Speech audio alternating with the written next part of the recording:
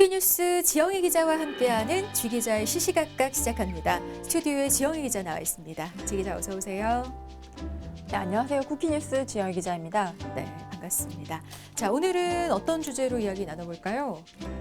네, 수도권을 중심으로 코로나19 확진자가 빠른 속도로 늘고 있습니다. 지난 16일 0시 기준으로는 국내에서 하루 동안 새로 나온 확진자가 279명이나 발생했는데요.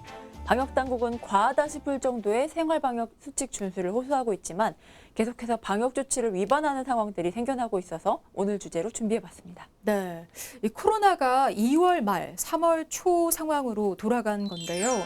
코로나19가 2차 대유행으로 가느냐 마느냐 그 기로에 서 있는 것 같습니다. 당국은 재유행이 시작이 됐다. 지금 고삐를 단단히 죄야만 피해를 줄일 수 있다라고 경고를 하고 있는 상황인데요. 관련 내용 지영희 기자와 함께 자세하게 살펴보겠습니다. 자, 이 확진자가 지금 폭발적으로 늘고 있는 상황이라고요? 네, 그렇습니다. 앞서 전해드린 대로 지난 15일에는 3월 11일 이후에 5개월여 만에 가장 많은 확진자가 나왔는데요. 8월 15일을 전후로 해서 서울과 경기의 최근 일주일간 평균 확진자 수는 47.8명입니다. 50명 가까이 되고요. 확진자 한 명이 누군가를 추가로 감염시키느냐를 따지는 감염 재생산수 역시 서울과 경기는 1.5명에 달합니다. 그래서 정부는 대규모 재유행의 초기 조짐일 수 있다고 보고 긴장하고 있는 상태입니다. 네, 물론 하루하루 숫자가 늘고 주는 거에 일희일비할 필요는 없겠지만 그래도 지금 이렇게 갑작스럽게 늘어난 이유 어디에서 찾아봐야 할까요? 네, 여러 가지를 고려해봐야 하는데요. 일단 이런 코로나19의 전파에 있어서 무엇보다 지금 중요한 건 개인의 방역에 대한 의지와 그 다음에 방역 수칙을 얼마나 철저히 지키느냐가 중요한데요. 그런데 여름이 되면서 날씨가 고온다습해졌고요. 휴가 시즌이 되면서 사람들의 방역에 대한 일반적인 마음가짐도 일부 해이해진 측면이 있었습니다. 네. 대표적으로 마스크 착용에 대한 것들을 조사해보면 최근 들어 마스크 착용을 하지 않고 대중들이 모이는 장소에 나타나는 사람들의 숫자가 점점 증가하고 있는 측면들도 있었습니다. 그래서 이런 부분들이 종합적으로 작용하는 게 아닌가 이런 측면도 있을 것 같고요. 네. 네, 그다음에 두 번째는 교회와 같이 집단이 모이는 곳에서 방역수칙이 제대로 수행되지 않는 측면들도 코로나19가 최근 들어서 확산되고 있는 원인 중에 하나라고 보고 있습니다. 네, 그러니까 신규 확진자 수가 급격하게 늘어나는 큰 이유 중에 하나가 이 교회 같은 단체 모임에서 방역 수칙을 제대로 지키지 않는 부분, 이게 이제 이유가 된다라고 꼽아주셨는데 그 부분 먼저 좀 살펴볼까요, 그럼? 네, 확진자의 30% 이상이 교회를 통해서 번졌고 큰 교회 하나가 아니라 작은 교회 여러 곳이라 전체적으로 추가 전파를 막기도 어려웠던 것으로 보입니다. 지난달 말부터 코로나19 확진자가 쏟아진 서울과 경기도의 개신교회는 나흘 만에 확진자가 70명을 넘은 용인 우리제일교회를 비롯해서 교양의 기쁨 153 교회, 서울 성북구의 사랑제일교회 등 7곳이나 됩니다. 또 이번 달 중순에는 세계 최대 규모의 개신교 교회 여의도 순복음교회에서도 확진자가 발생하는 등 수도권 교회발 코로나19 확산세가 심상치 않은 상황입니다. 네, 그러니까 지난 7월에도 각 지자체에서 교회 집합금지 명령을 내리기도 했고 또 방역 수칙을 잘 준수해달라라고 당부를 했는데 방역 당국이나 지자체가 그렇게 요청을 하더라도 교회에서 실제적으로 보면 방역 수칙을 제대로 지키지 않는다면 다 소용없는 일인 거잖아요. 네, 맞습니다. 역학조사 결과 일부 교인들은 마스크를 안 쓴 채 예배를 보고 성가를 부르고요. 함께 식사를 하는 등 방역당국이 여러 차례 강조한 기본적인 방역 수칙들을 외면한 것으로 나타났습니다. 네, 특히 서울 사랑제일교회 또 경기 용인의 우리제일교회발 이 코로나19 감염증 확산세가 굉장히 좀 무서운데요. 자, 이들 교회에서 시작한 감염이 굉장히 여러 곳으로 번지고 있는 추세라고요. 네, 이번 달 17일 중앙방역대책본부에 따르면 사랑제일교회 관련 확진자는 지난 12일 첫 확진자가 나온 이후 17일 정오까지 총 319명이었습니다. 이 교회 관련 확진자는 16일 하루 동안에만 전국에서 116명이 발생했고요. 17일 정오 기준 총 확진자 중 307명은 수도권에서 나왔지만 12명은 비수도권 확진자였습니다. 비수도권 확진자는 충남 5명, 강원 4명, 대구, 경북, 대전 각 1명씩이었습니다. 17일 정오 기준 집계에는 빠졌지만 이후에도 경기, 인천, 강원, 대구, 경북, 전북 등 곳곳에서 사랑제일교회 관련 추가 확진자가 잇따랐습니다. 네, 특히 이 사랑제일교회 같은 경우에는 방역당국이 관계자들 대상으로 검사를 진행하고 있긴 한데 1,000명가량의 수재가 확인되지 않아서 방역 대응에 좀 차질을 빚고 있다고요.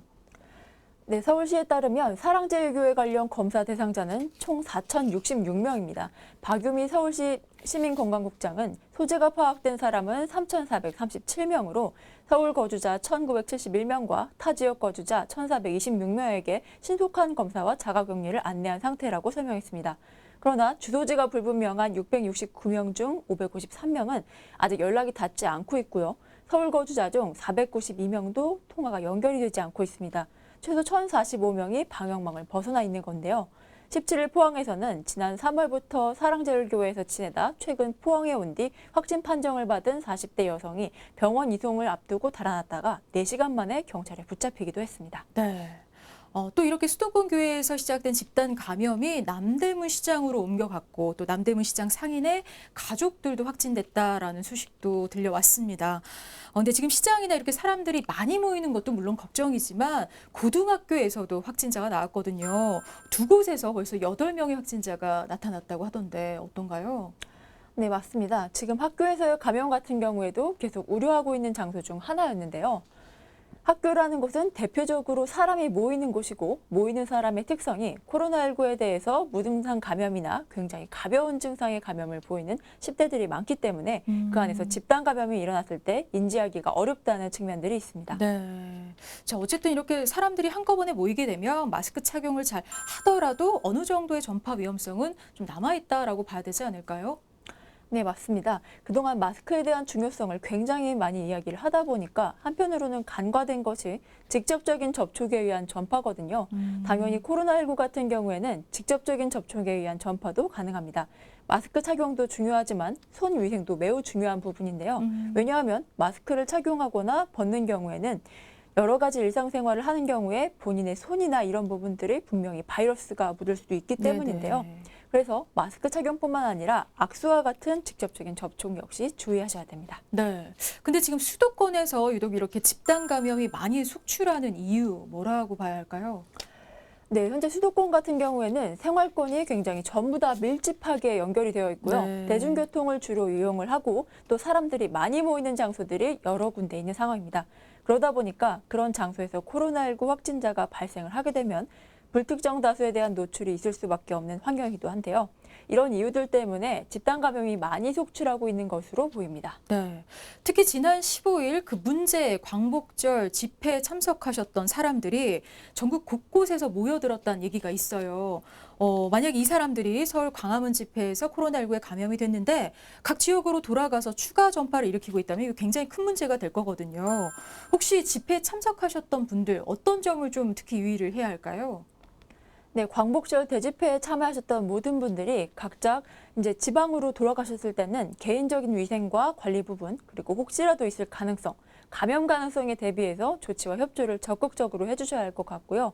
가족 간 감염과 혹시라도 증상이 있다면 바로 신고를 하시고 선별진료 검사를 통해서 코로나19 검사를 받으시는 게 가장 좋겠습니다. 네. 근데 정부는 이 현 상황을 이전의 코로나19 유행보다 좀 더 심각하게 보고 있다고요? 네, 집회로 인한 대규모 집단 감염뿐만 아니라 지역사회에 누적돼 있던 무증상 내지 경증 감염자가 고위험 시설에 국한되지 않고 곳곳에서 전파를 일으키고 있다는 분석이 나오고 있습니다. 정부는 현 상황을 이전의 코로나19 유행보다 더 심각하게 보고 있는데요. 특정 지역 및 집단을 중심으로 한 대구 신천지 이태원 클럽 집단 감염과는 달리 불특정 다수의 접촉으로 인한 지역사회 확산이 식당이나 카페 등 일상시설에 더 발생하고 있기 때문입니다. 네. 근데 지난 16일부터 서울과 경기에서는 사회적 거리두기가 2단계로 상향이 됐죠. 101일 만에 이 조치가 다시 내려진 건데요. 1, 2, 3단계 어떻게 다른 건지 좀 설명을 해주세요. 네, 정부는 생활 속 거리두기라는 명칭을 버리고 사회적 거리두기를 3단계로 분류했습니다. 사회적 거리두기 1단계는 지금처럼 방역수칙을 준수하면서 일상적인 경제활동을 허용하는 단계입니다. 그리고 사회적 거리두기 2단계부터 외출, 다중시설 이용 방문 등이 제한되고요. 학교는 등교 인원을 축소하고 원격 수업을 진행하고 고위험 시설은 운영을 중단합니다. 그 외의 시설에는 방역수칙 준수가 강제화되고요. 이때 꼭 필요한 모임, 외출이 아니라면 다음으로 미루는 것이 좋습니다. 사회적 거리두기 3단계에서는요. 이 단계가 되면 필수적인 사회경제활동 이외의 모든 활동을 금지합니다. 10인 이상이 모이는 것을 금지하고 회사도 필수 인원 이외에는 재택근무를 실시합니다. 네. 자, 이런 가운데 2단계로 사회적 거리두기가 상향이 되면서 다시 예전처럼 사회활동을 좀 대폭 줄여야 하는 상황이 된 거죠. 네, 맞습니다. 다만 5월 이전에 하던 2단계 거리두기 때와는 조금 차이가 있는데요. 예를 들면 클럽이나 감성주점 같은 기존 고위험 시설은 방역수칙을 추가했습니다. 이용 인원은 4제곱미터당 1명으로 했고요. 또 객실과 테이블 간 이동을 금지하고 하루에 한 겹수만 이용하게 하는 등의 내용입니다. 미술관과 박물관 같은 실내 국공립 시설에 대해서도 하루 이용객을 50% 수준으로 줄이기로 했고요. 종합하자면 이들 시설에 대해서는 일단 모두 문을 닫게 했던 과거 2단계 때보다는 조금 더 유연해진 상황인 거고요. 다만 이런 조치는 확산세에 따라서 언제든지 문을 닫게 하는 방식으로 돌아갈 수도 있습니다. 네. 그리고 또 당분간 중교시설 제한 조치를 좀 강화해야 한다라는 목소리도 나오고 있죠. 네, 서울과 경기 일대에서 교회 관련 확진자가 늘어나면서 종교시설에 더욱 강력한 조치를 취해야 한다는 지적도 나오는데요. 서울시와 경기도는 이번 달 15일부터 30일까지 종교시설의 감염병 예방법 제49조에 따른 집합제한 행정명령을 내린 상태입니다. 집합제한이 되면 각 종교시설에서 큰 소리로 노래를 부르거나 말하는 행위가 금지되고요. 각종 대면 모임과 활동, 행사, 음식 제공과 단체 식사도 금지가 되지만 정규 예배는 가능합니다. 네. 그러니까 방역 당국은 코로나19 확산세가 심상치 않다면서 연일 방역 수칙을 잘 지켜달라라고 당부를 하고 있는데요. 그럼에도 지침을 어기고 아무렇지도 않게 거리를 활보하다가 뭔가 처벌을 받는 경우가 끊이질 않고 있거든요. 어떤 사례들이 있었나요? 네, 코로나19 확산세가 다시 가팔라지면서 방역당국은 지금을 위기라고 진단했습니다. 이럴 때일수록 기본 방역 수칙을 지키는 게 중요한데요. 자가격리 위반 사례가 계속해서 나오고 있는 상황입니다. 지난 3월 터키에서 입국한 이모 씨는 2주 자가격리를 통보받았지만 격리 종료 하루 전에 집 앞 문구점에 가기 위해서 20분간 외출했다가 적발됐습니다. 재판부는 벌금 200만 원에 집행유예 1년을 선고했는데요. 미국에 머물던 20대 정모 씨도 자가격리 기간 다시 미국으로 출국을 했다가 덜미를 잡혔습니다. 지난 6월 귀국한 정 씨는 비자 문제를 처리하기 위해서 귀국 나흘 만에 미국에 갔다가 다시 들어왔는데요. 정 씨는 최근 기소 의견으로 검찰에 넘겨진 상태입니다. 또 경기도 의정부에서는 자가격리 무단이탈자에게 처음으로 실형이 확정됐습니다. 격리 기간 2차례나 무단이탈을 한 20대 김모 씨는 징역 4월형을 내린 1심에 항소를 했지만 최근 법원이 이를 기각하면서 징역 4월이 그대로 확정이 됐는데요. 정부와 수사기관은 국가적 재난 상황을 감안해서 앞으로도 자가격리 위반자는 엄정 조치할 계획이라고 밝혔습니다. 네, 정말 격리 대상자들의 자발적인 협조와 주의가 필요해 보입니다. 그래서 이제 국내로 입국한 외국인이 방역 지침을 어기게 되면 치료비 전액을 본인이 내야 하는 걸로 바뀌었죠. 지난 17일부터 시행이 됐나요? 네, 맞습니다. 8월 17일 0시를 기준으로 해외 유입 확진 외국인이 격리 명령 등 방역 조치를 위반하거나 PCR 검사 결과를 허위로 제출하는 등 귀책 사유가 있을 경우 치료비 전액을 부담해야 합니다. 치료비에는 격리실 입원료와 치료비, 식대 등이 포함되고요. 정부는 또 오늘 24일 0시 이후 입국한 해외 유입 외국인 확진자는 우리 국민에 대한 해당 국가의 지원 여부와 정도에 따라서 국적별로 치료비의 일부나 전부를 부담하는 이른바 상호주의 원칙을 적용합니다. 다만 건강보험에 가입한 장기체류 외국인은 건강보험을 적용하고요.